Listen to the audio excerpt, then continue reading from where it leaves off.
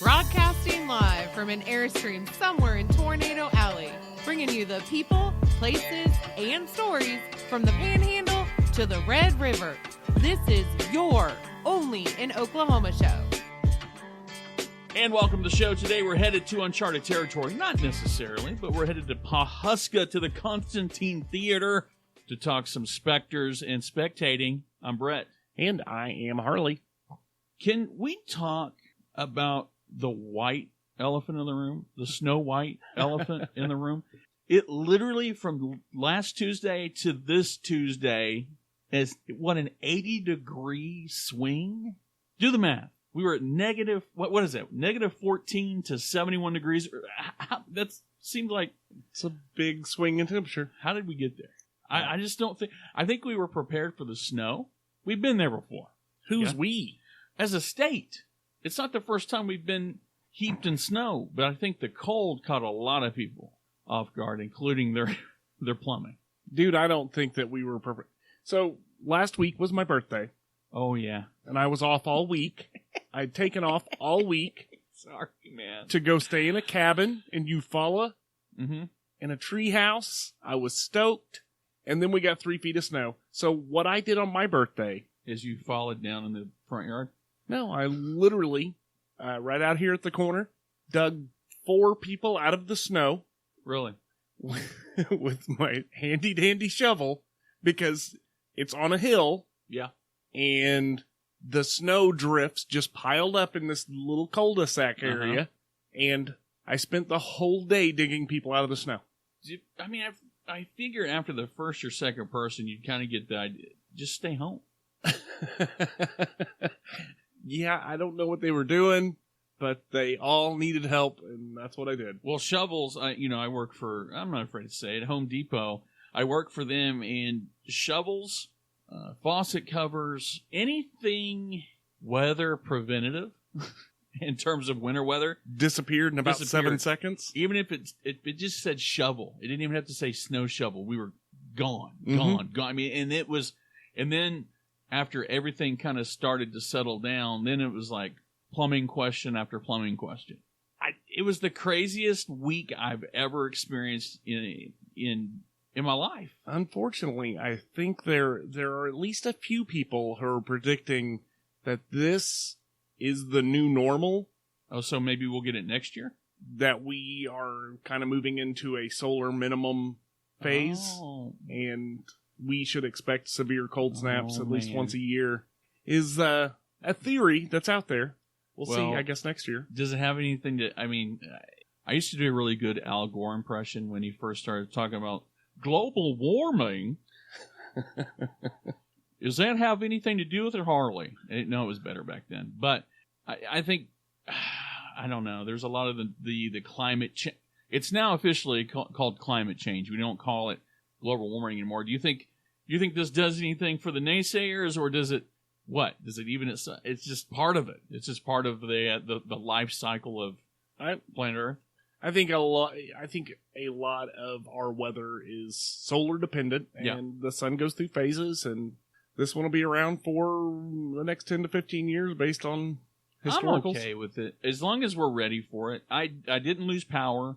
I lost hot water, but only because of the water softener. The hoses froze. The brother-in-law came over, thawed them out, wrapped a towel around it, and that was pretty much it. So I feel fortunate in the sense that didn't lose power, didn't really lose any. Kind of already had grocery shopping done. It was a wrap before it even hit, not in preparation, but it just so happened. Because I think honestly, the weathermen got it right. And I thought a lot of people, they either prepare based on that or they go, you know what I mean? They're kind of naysayers to the meteorologist. I'm going to give the meteorologist the fact that they got it right. The timing was way off. Yeah, it was a little off.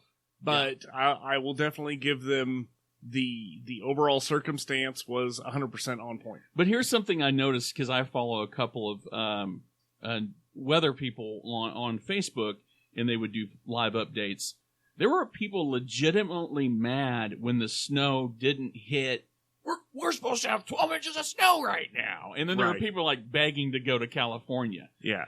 Tara was one of those that I was worried she was going to just go off because she's like, well, it's not really snowing. I'm like, it's coming down. Relax. Well, they said it was supposed to. It's going to do it.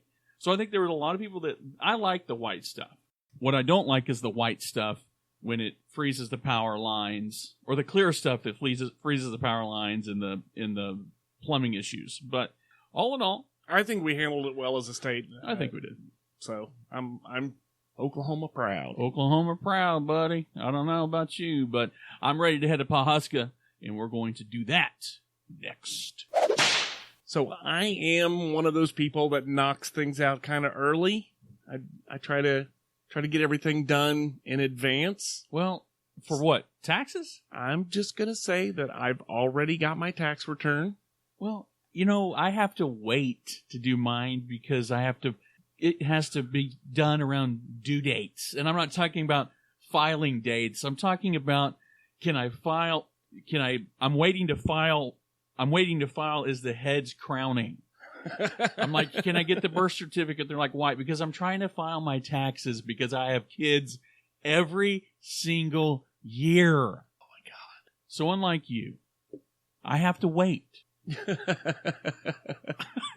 Well, if you're one of the people that has to wait and you still have tax documentation that needs to be gone through, I think our friends over at Holiday Tax Group may be able to assist with that, even during this very busy time of the year. Absolutely. And if you're a military veteran teacher, you do get 20% off. And cash in, if for no other reason, cash in on the free 30-minute consultation, because there are so many different things. I didn't realize how many things you know what I mean? There's so many different things that you might be missing. I think we leave a lot of money on the table probably because we don't know. Exactly. So give them a call for a free consultation. It's 405-730-3100. Or you can catch them at holidaytaxgroup.com. That's holiday with 2 L's. So we've been up Pawhuska way, but really haven't talked about Pawhuska a whole lot. Which is kind of, it's a mark against us. I'm going to go with that. Well, okay, to be fair, we haven't talked about probably the most popular Pawhuskan, Ree Drummond, but we will. We'll get there. We'll get there. But go ahead. No. But Pawhuska in general, I mean, it's steeped in history. You're talking, 86 of the 98 buildings in the downtown Pawhuska area are on the National Register of Historic Places. But what my question is, 86 of 98, not bad. What are the 12 that aren't? You would be the person that. Oh, well, I know.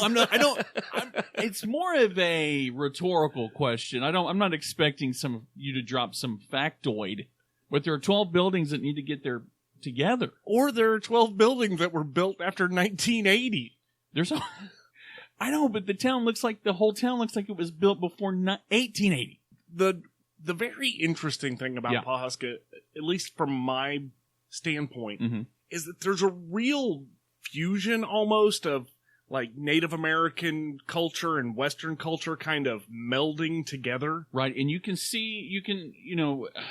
so many small towns you can tell it used to be, they tried to not necessarily erase, but tried to modernize too much and try to add too much to, I don't know that I think they kind of takes away from that facade. I think it's a bigger problem than that. I think there are too many towns where the residents don't have the vision to see this building built in 1880 has so much character, and instead somebody goes, yeah, let's just bulldoze that and we'll put in whatever. Right, whatever the next thing is that doesn't succeed. Right.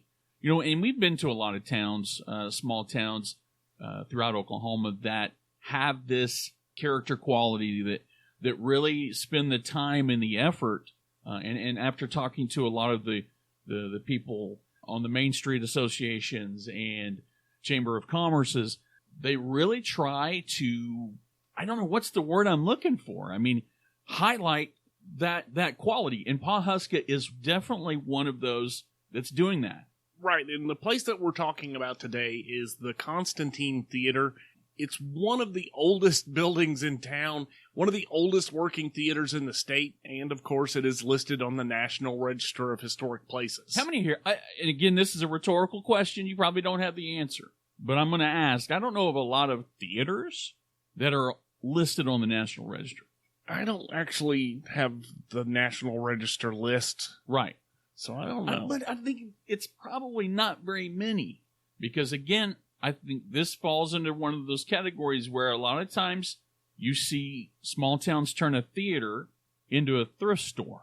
You know what I mean? Yeah. And I've seen that happen, and I'm not going to name names, but I think it's cool because they had a bunch of VHS tapes, but that's not the point.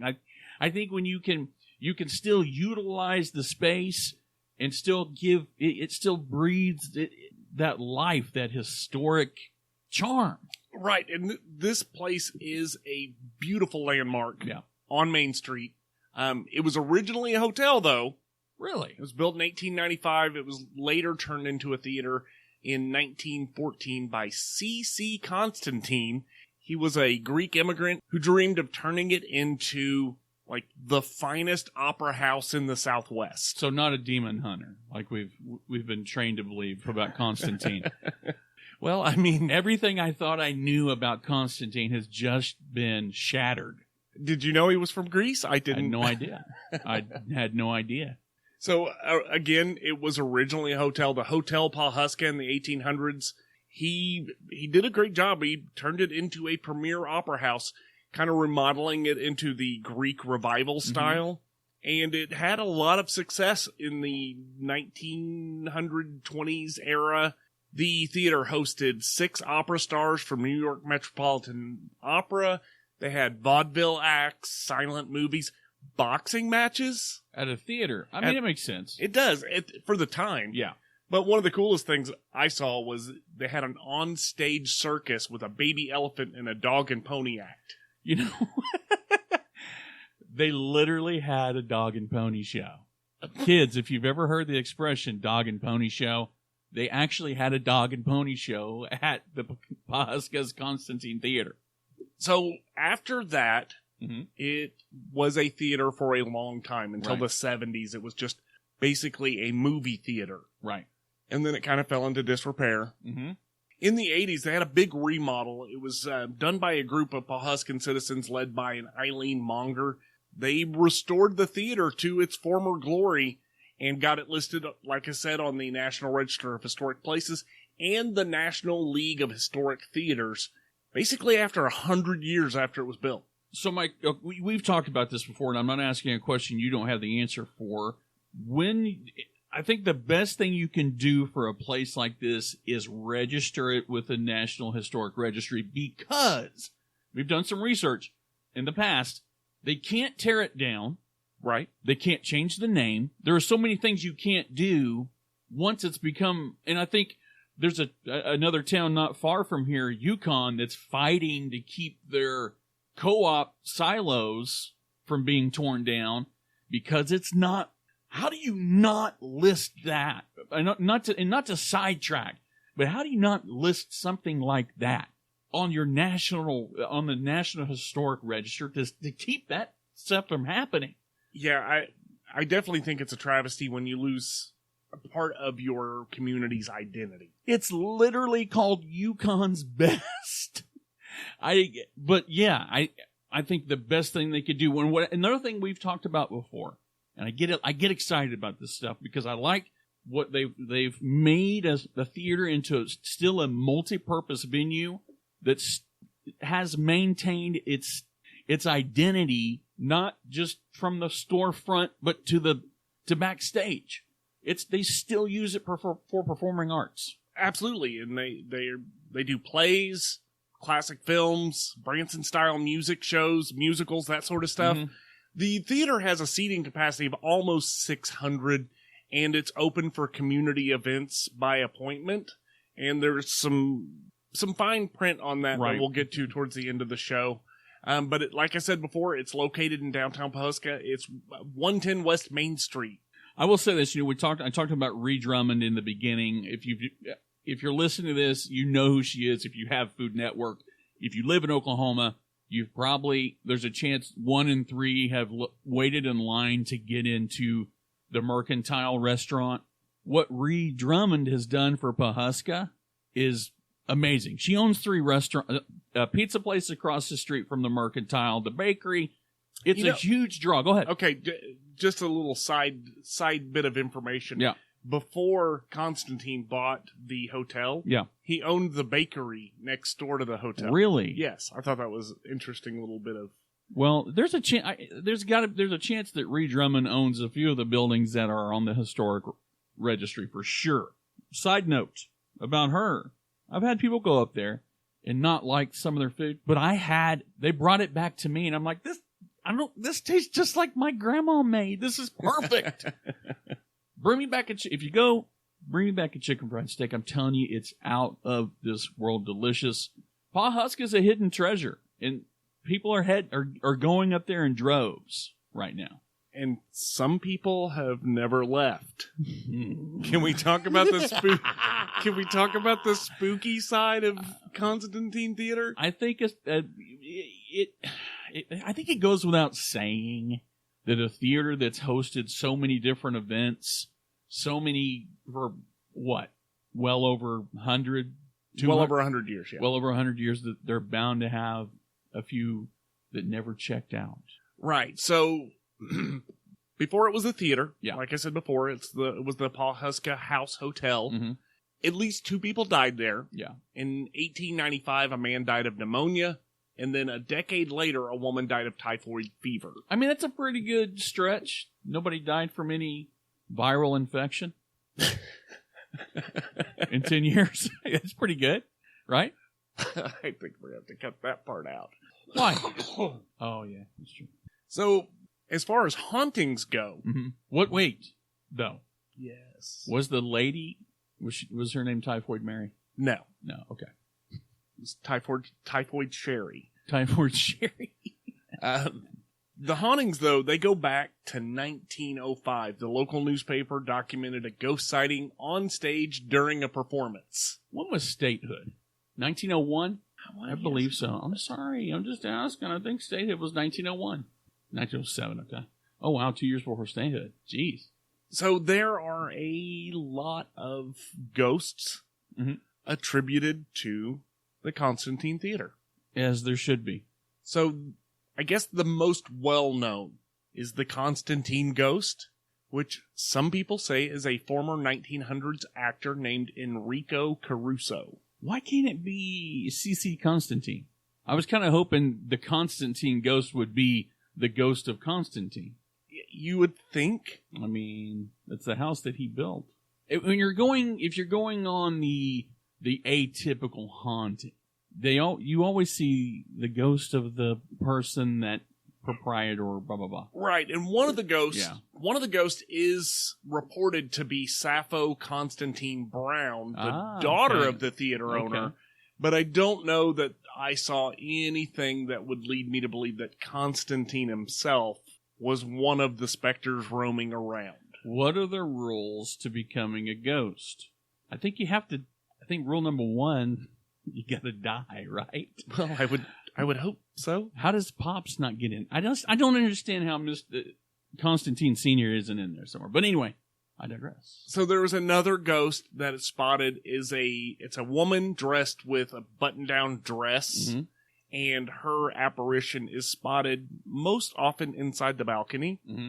So again, the sightings are all well and good. Right. People see this, people see that. The stuff that starts to scare me, that gets the hackles up on my neck, is the sounds. Yeah, if I was going to say more than anything, I'm blind as a bat anyway. Tara will try to hold up a text from across the room and go, "You should see this. This is hilarious. Can you see it?"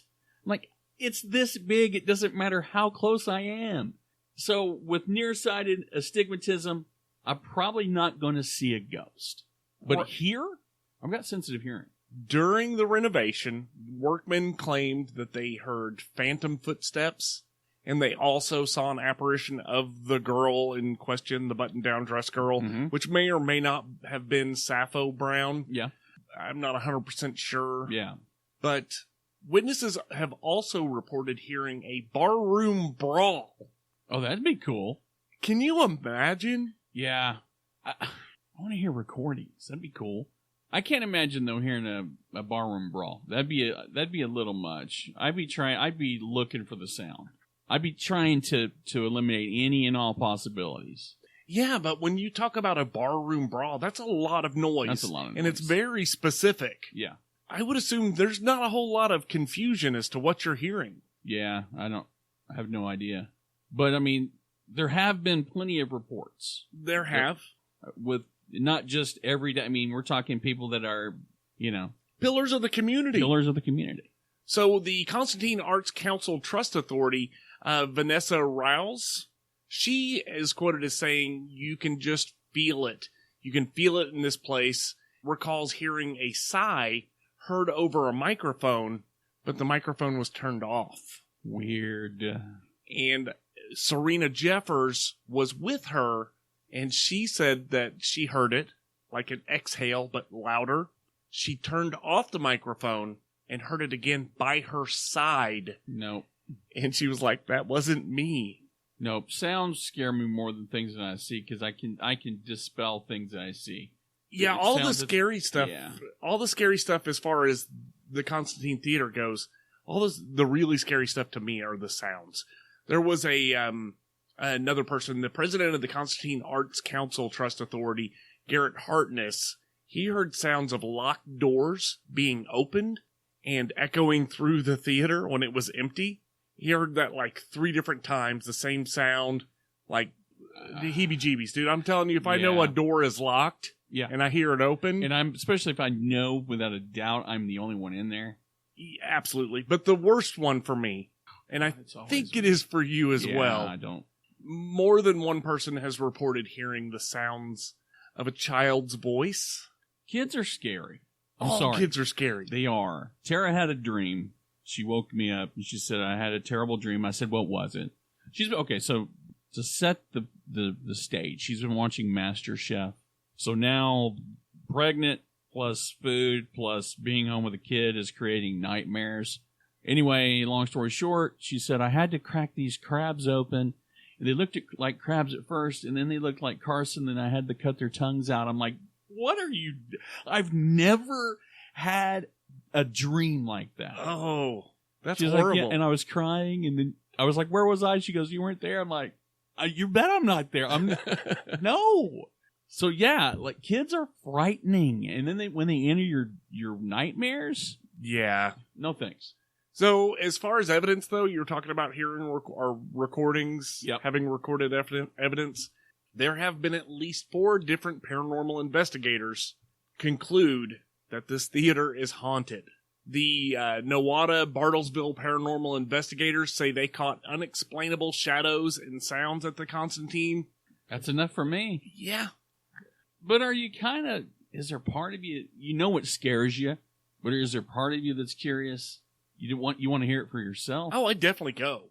Yeah, I would go for sure, but if it happened, would it be the first or second sound that you'd go, okay, I'm out of here? Okay, if I'm there with a group of paranormal investigators, I'm good.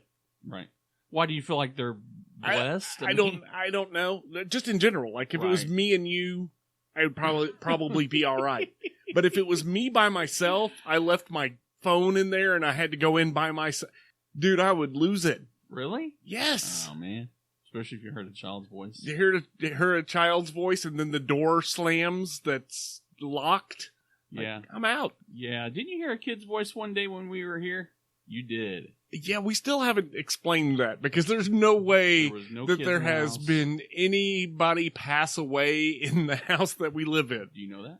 I'm 99.999% positive.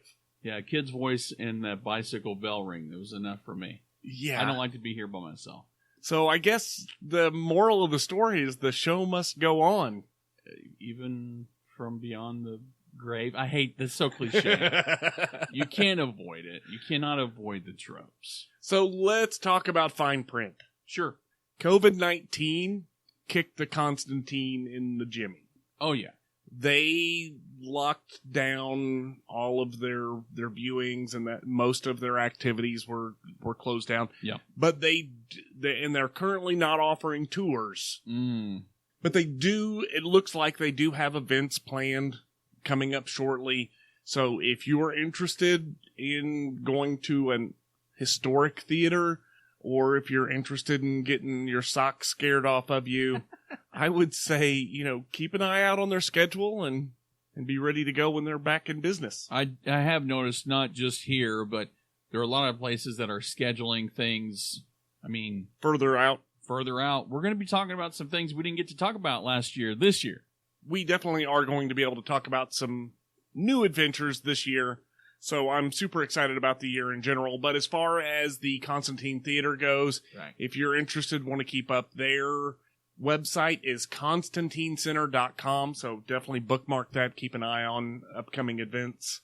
But the roads are clear now. The roads are clear. There's some stuff to be done. Yes, there might be a little snow left in the shady parts, but pretty much it feels like springtime. It does feel like springtime. I don't know how I feel about it yet. I'm still warming up to the warm up. I like cold, man. I was in shorts. I'm not going to say I stood outside for an hour in 14 below in shorts, but you did. We all saw your photo shoot on true. Facebook. But I'll go out there for a good 10 or 15 minutes and just I don't like the warm weather. I'm not a big fan. But I'll tell you what I am a big fan of. Oklahoma.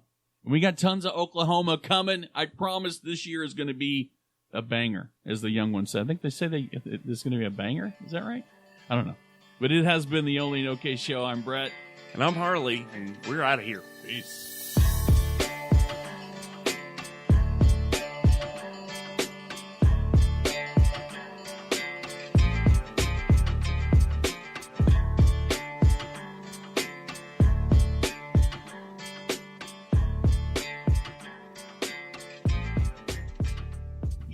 Outtakes, does he? Then he's going to have to find them buried within the audio.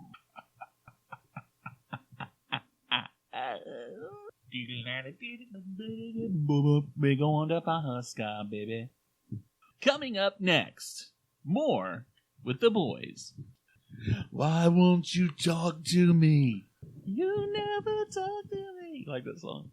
Check.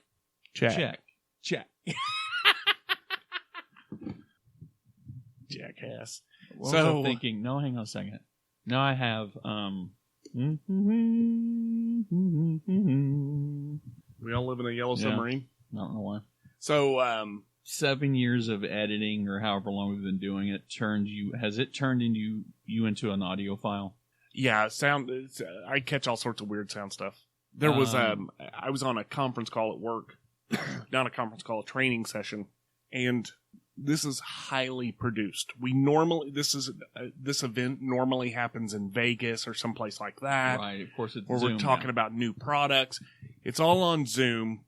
Dude, I don't know who they got to mix their audio, but that guy needs to be beat with a ball peen hammer. Is it audibly bad to somebody? You have to have a trained ear to notice the terrible nuance. Dude, I don't know how anybody didn't catch it. It's the people are talking like this right here. They sound like this, but the whole time in the background is like bum bum bum, bum bum bum. But here's the thing: if you're going to do that, if we're going to go, I think this year you abandon the production value. You just go straight delivery. I just think you lose the it doesn't transfer well with having the bum, bum, bum production. Like, I'm sorry, but the music bed stuff, yeah, like there's a little bit of an art to that, but at the same point in time, it's a music bed, not a vocal bed. Right. Like I wasn't there for the music. I was there to hear the words. If you have a problem hearing the words when you're editing the audio, then maybe you have the music track too loud. Yeah, probably. Anyway. Okay. Are you guys ever getting married? You're kicking out puppies left and right. Well, geez, I seem to. Yeah, that's the thing. I mean, she's pregnant every 6 months. Like, You realize that you can, like, get married even if she's pregnant. dude, she's doing August. No, I can't right now. We're not doing a little speedy getting married in the parking lot at the... What are you planning on doing here? You're going to wait till your kids are graduated high school and have them, like, perform the ceremony or something? No, I just think that you can't rush a thing of beauty. 3, 2, 1. And welcome to the show. You know, if you followed us long enough, you know that we've done some paranormal investigation in our day. And today's show was not going to be any different. We got a history lesson, and we also got something. It takes me the second or third try to get it, Harley. 3, 2, 1.